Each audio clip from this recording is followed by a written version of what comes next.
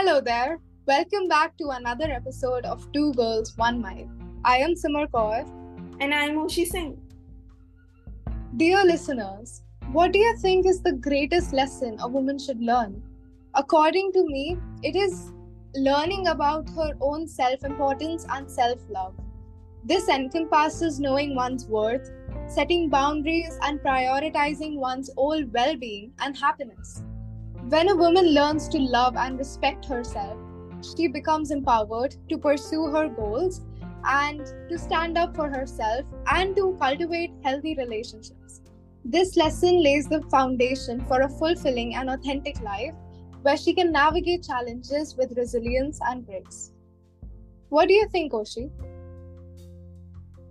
Well, just like Rupi Kaur once said, I also feel that the greatest lesson that a woman should learn is that since day one, she's already had everything she needs within herself.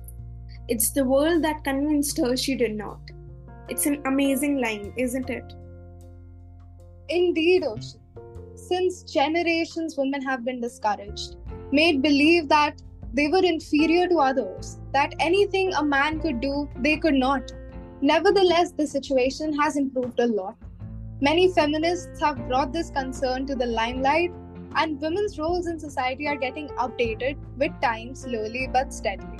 But we still have a very long way to go. Definitely, Sima. And with that, our dear listeners, we welcome you all to another episode of our today's episode. Today, we'll talk about, as you might have guessed, women empowerment. And joining us today to a sweet little podcast is Arika Banka. Hello everyone, glad to be here. More importantly, I'm so glad that I finally know the topic for today's podcast. As an aspiring lawyer, I feel I would really be able to contribute to this topic and take a lot away as well.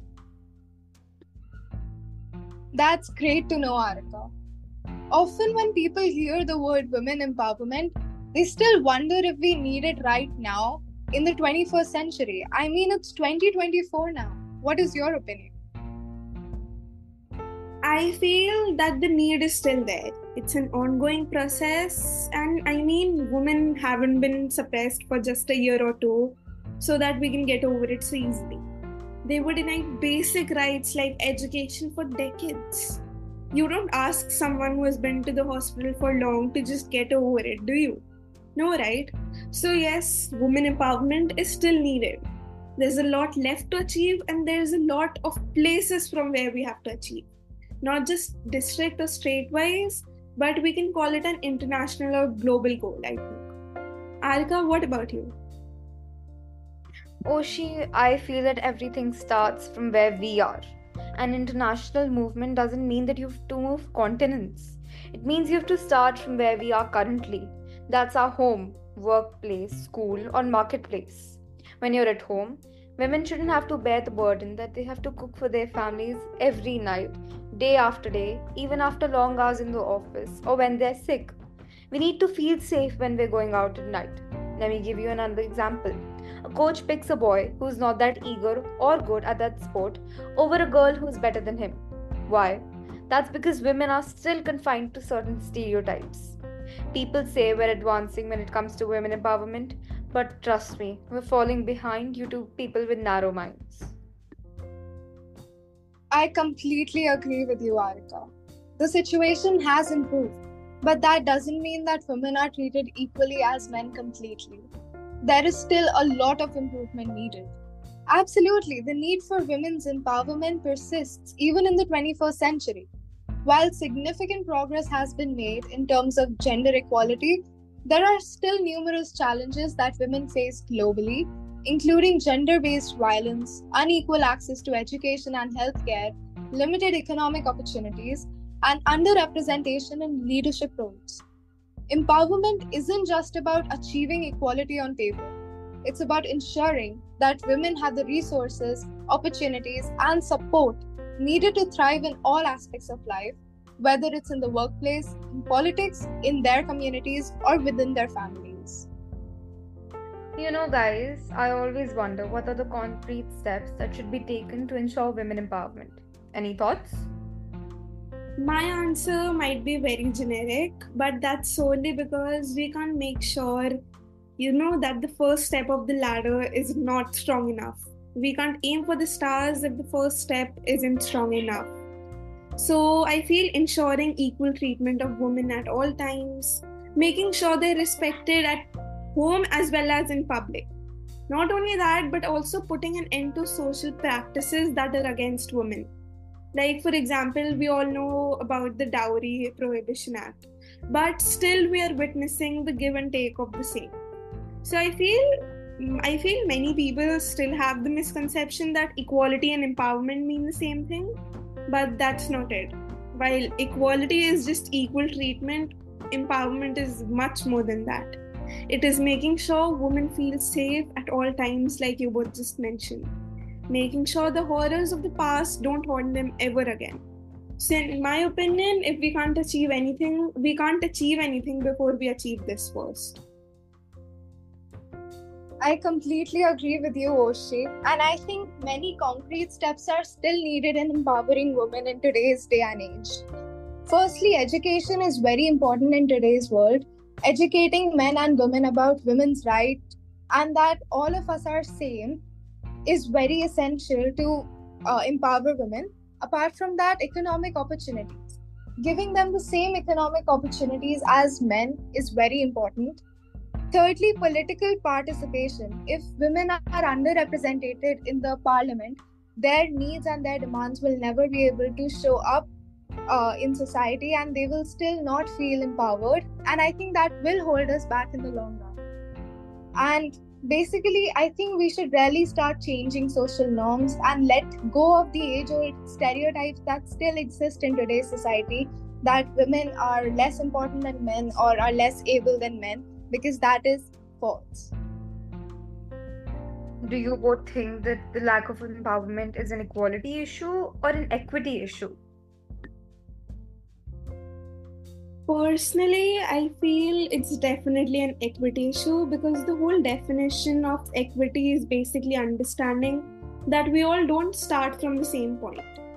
It might differ according to the needs. Even in the Olympics, we know, they have separate games for people with special needs.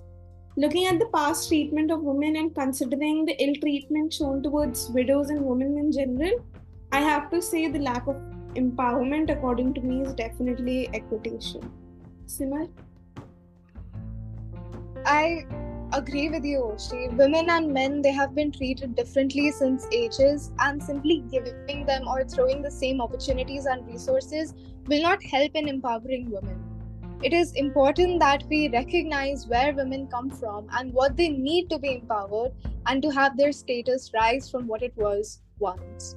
Of course, they need more assistance than men for both the communities to reach the same level in all the different spheres of life.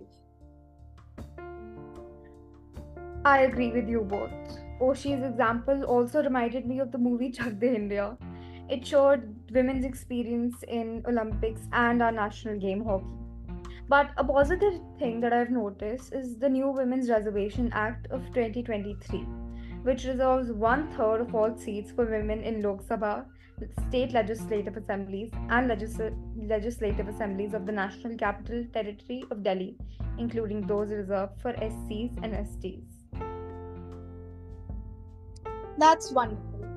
I am sure you have all seen the movie Razi, but do you know the real story? No, I guess not.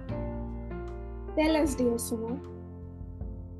Alright, so Razi is a movie based on a book written by Harinder Sikka called Calling Sehmat.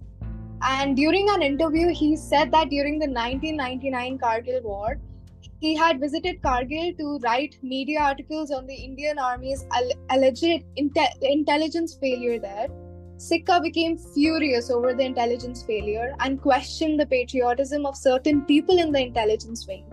It was there during one such discussion that he met an army officer who told him that not everyone is the same. The army officer went on to give the example of his mother, which was much to Sikka's surprise. Sehmat is also not the real name of the character, so we might never know who the real person behind Sehmat's character is.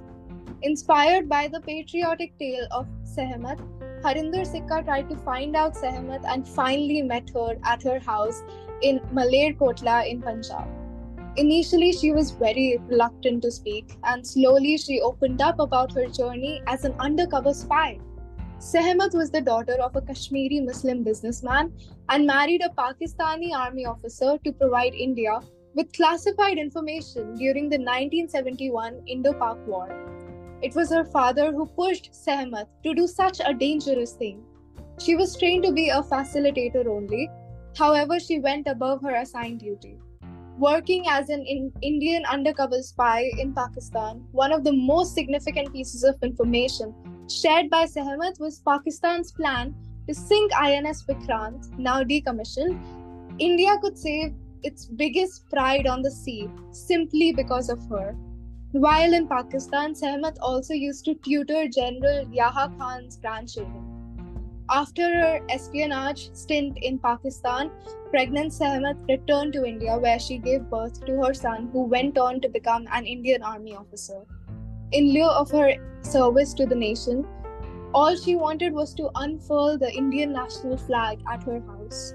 Although the Indian flag code didn't allow the tricolour to be unfurled at any private building, till her death, Sehmat did it unofficially.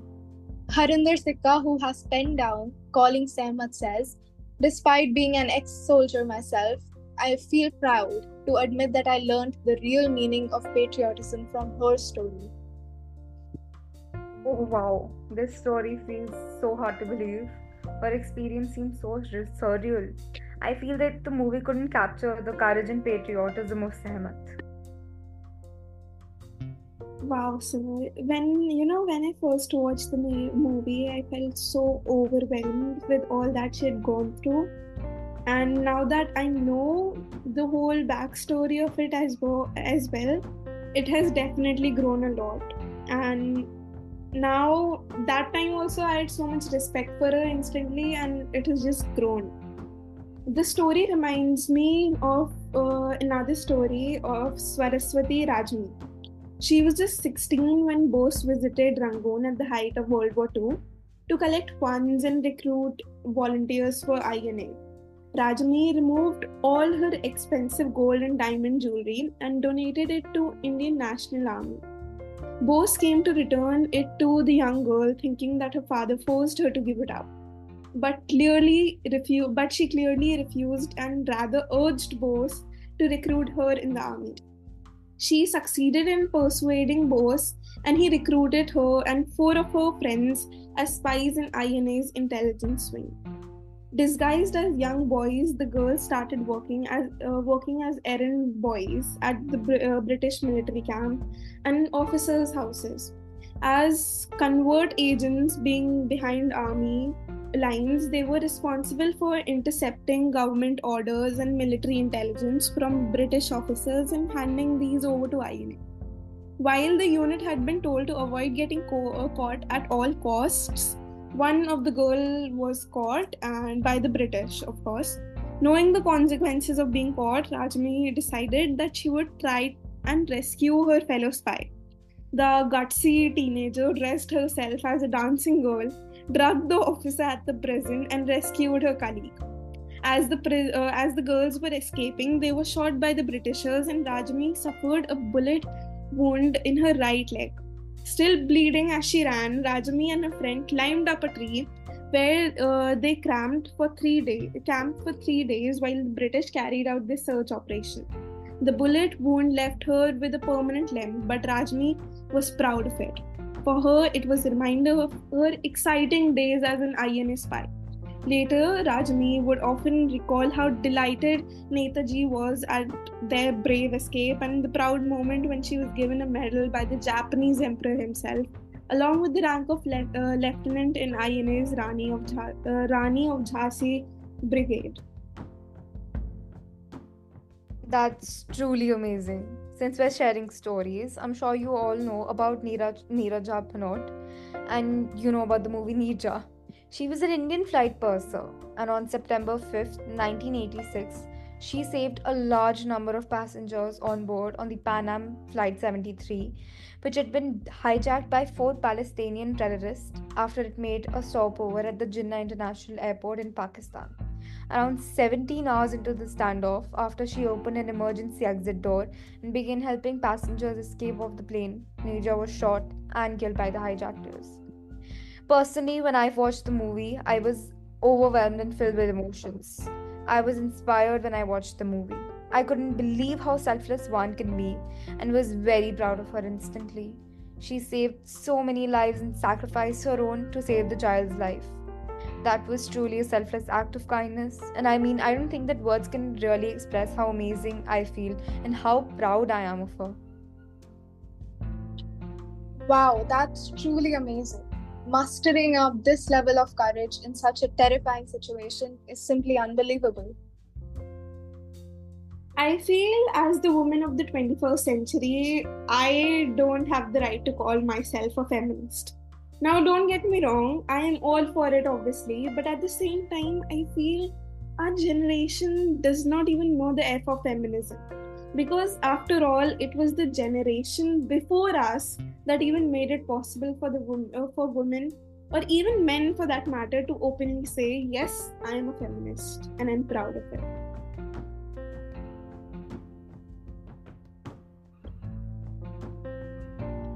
Definitely. Roshi. So, all of this reminds me of a poem called She Rises. In every dawn's first tender light, she rises, strong, embracing the fight, facing her fears, breaking the cage on life's vast and infinite stage. Mountains she climbs, valleys she crosses, learning from gains, growing from losses. With every step, her spirit soars high, reaching for dreams, touching the sky.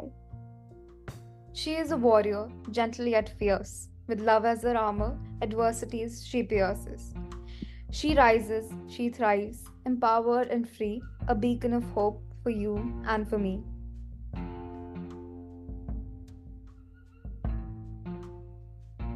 And with that fabulous chat about women empowerment, we come to an end of today's podcast.